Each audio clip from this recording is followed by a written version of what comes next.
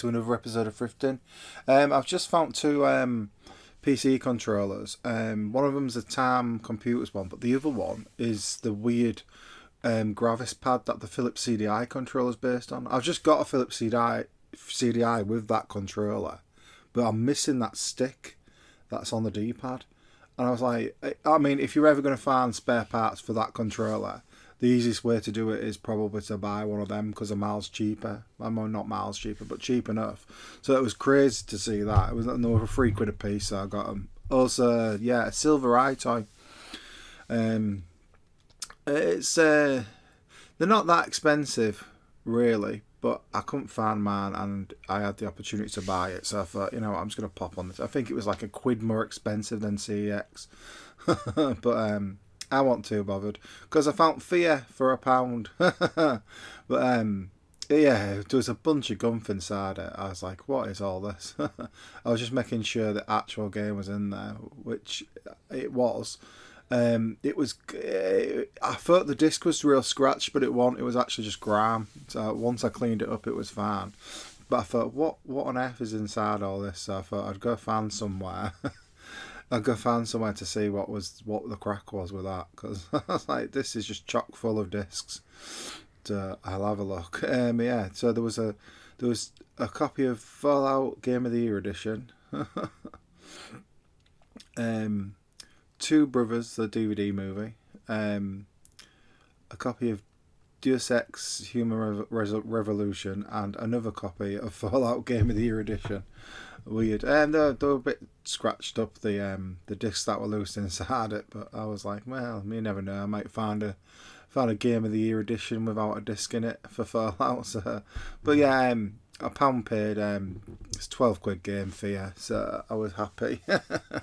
I don't often go in that one. It's never usually out there, but yeah, it's like a tat shop on the top of Boulevard. But I was happy today. So I'm in Cashes and I'm looking at Braveheart 4K, Brandon Lee Rapid Fire, which is worth about £12. And Overbird, which is worth about a fiver. Braveheart's about £8 to £10 on Ultra HD, and then bring up the rear, I found Raving Rabbids Party Collection, which is worth about £4. It was only like 50p. Might be 99p. It was cheap enough to justify anyways. So yeah, but a decent amount of Blu-rays coming in cheap. They were only £1.99 a piece. Another Blu-ray, I'm in Beverley and I seen Cat on a Hot Tin Roof, Elizabeth Taylor, 1958 I think. It was sealed up. It was $3.99 sealed up. Goes for about £10-12 on eBay. So I was like, yeah, absolute no-brainer, I'll get this. So yeah, I had a look in all the charity shops in Beverley, but the last two were the only ones I actually found anything. So, but it was a real nice day, so I wasn't too bothered. But yeah, the other two things I found in Beverley when I was there was 28 weeks later. Obviously 28 days later was £8 on DVD and about £22 on Blu-ray. 28 weeks later, it's not like as spicy as that, but it's still worth £4 on DVD.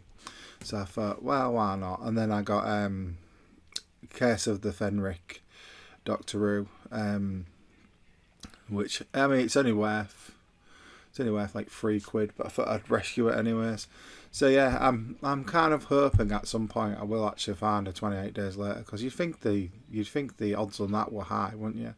Then we're in Goole now. I was at a meeting for work in Goole, and then afterwards me and my mate Nicola decided to hit the thrift. So I found definite two special edition, limited edition, sorry. It's quite a cool case. It's actually got the book inside the case and everything. It's the two live action movies. CEX sell it for a tenner. The trade's like £5, so, and they only wanted £2 for it in here, so I thought it was worth getting. And then an unboxed PlayStation 4 game turned out to be Jumanji, based on the recent remake. With The Rock and the bed out of Doctor Who in it and all that lot. So yeah, I was like, it was only 50p as well. So I was like, I'm kind of curious to play it to see what the game's like that they're based on the movie. So I was like, yeah, 50p, I'll go for that. and we're in the Ghoul caches. I saw Casper on PS1. Don't get me started. I fucking love that game. And film. But it was only £6. And this goes for about 10-12 quid online. Easy. So it's £6 for Casper. And there's a Japanese copy of Wing Arms for the Sega Saturn. And I was like, it was £10, but I mean, to buy it online it'd be about 20. Thrift Bytes, like and subscribe. It's good, isn't it? So I was like, fuck it, I'm going to buy it for a straight tenner. I think it was like £18 odd. Plus like £9 postage or something mad like that. So opportunities to buy Japanese Saturn games in the wild don't come a cropper very often. So I was buzzing. But I mean, I don't know what it is about Casper on PS1 / Saturn / 3DO, but it fills me full of joy. If anyone's played that game, it's actually really hard. It's some cryptic puzzle game. I know, because I streamed it to no one on Twitch when I was first starting out. Anyways, I'm in caches. Initially, I just saw Sniper Elite V3 for 99p. It's a £5 game on 360. That's how much the EX sell it for. So I was like, yeah, it's sort of worth it, because you get like £3 trade, £2 cash. So, but then I was looking at some other ones, and Mario Party 8 was $11.99, and Mario Kart was a tenner. I was like, it's quite reasonable. I think CXL Mario Party 8 for like 18, and Mario Kart sell for 15. So there was a bit of profit in them. Same with Sega All Stars. They only wanted like $1.99 for that. So I was like, yeah, fair enough. And then right at the back was Hello Kitty on DS, £8 game. And I thought I wanted 50p for it. Well, I was like, yeah, fair enough. But yeah, I mean, they were a bit spicy, these prices, but there was still enough room, for me to eke out a bit of profit. So I was like, yeah, I'll go for that. Plus, I'm just going to sit on them for a bit. It's usually the case, because the prices are always up and down for the Mario parties and that. And Sniper Elite will probably just get slung on the trade pile, just because it's going to get me an extra couple of quid. But yeah, I might just sit on the Marios for now. Yeah, I'll just probably sling the Hello Kitty on eBay and see if I can get £8 for it. Anyways, speaking of Hello Kitty, I've seen Sanrio Tamnet, and the other one is Super Pun. I forgot the name of it. Super Pro Kun 2. That's it.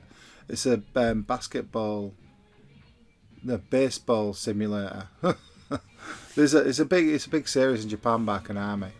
Anyway, Sanrio Tamnet, the other one, that's a Pokemon clone based on all the Hello Kitty universe, because apparently there's way more characters and that. And then bringing up the rear is Tony Hawk's Pro Skater 2 on GBA.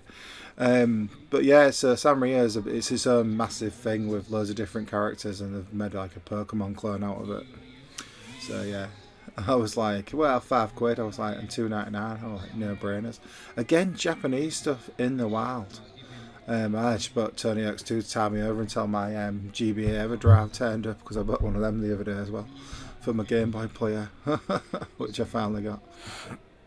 The mystery Game Boy game was Harry Potter. It was Harry Potter and the Philosopher's Stone. Because I finally got my Game Boy player, so I could find out what it was. There you go. That's your news. Game Boy segue news. I seen the thing for 50p, and at the time of recording, it was worth £1 credit.